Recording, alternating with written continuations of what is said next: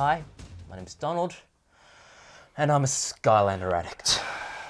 My name's Paul and I am too. But plastic toys are pretty good, aren't they, Donald? Yeah, they pretty much are. As in, I've jumped on from Skylanders Giants, you jumped on from Skylanders Adventures. Correct. Yep, and how many of these things do you have? I have too many. I think I'm currently sitting at about 90 of these little mongrels, but they're just amazing. They really are, and we are of course here to talk about Skylanders Swap Force, the latest game in the series. This time no longer made by Toys for Bob, who made the previous games, but now made by Vicarious Visions. Yeah, an internal studio from Activision who've cut their teeth on many games. They did some fantastic work on the first Spyro's Adventure on 3DS. What I loved about that was you were able to jump, and jumping adds some new mechanics to Swap Force for the first time, doesn't it? And they have changed the series up a little bit here. For first off, you have these Swap Force figurines, which look like ordinary figurines that you put into the game and so forth, but it comes with a difference.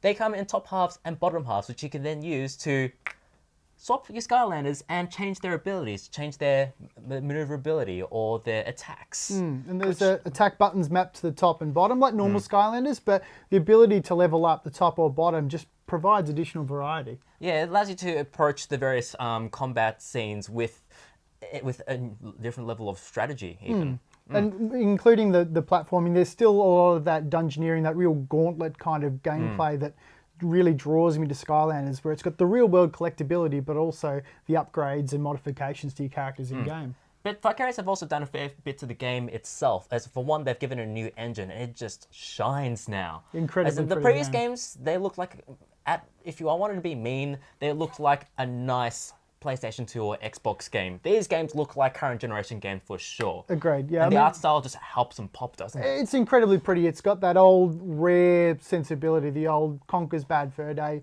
pretty old N64 games in the nicest possible way.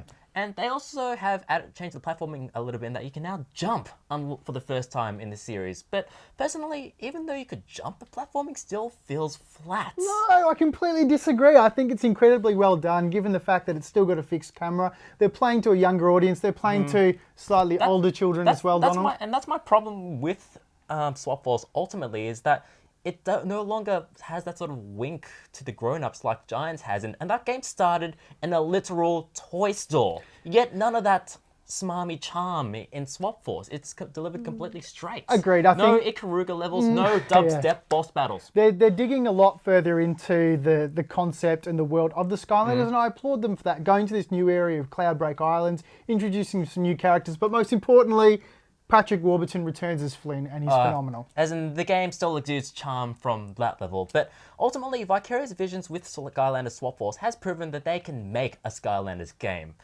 I want to see their next game, to see them make a great one. I'm with you. I want you to go back and play Spyro's Adventures as well and compare. I think all three of them combined with forwards compatibility toys really does lead the way for new plastic peripherals in my video games. And I think you need some more of these. And with that, we adjourn this meeting of Skylanders Anonymous. Admitting you have a problem is the first step.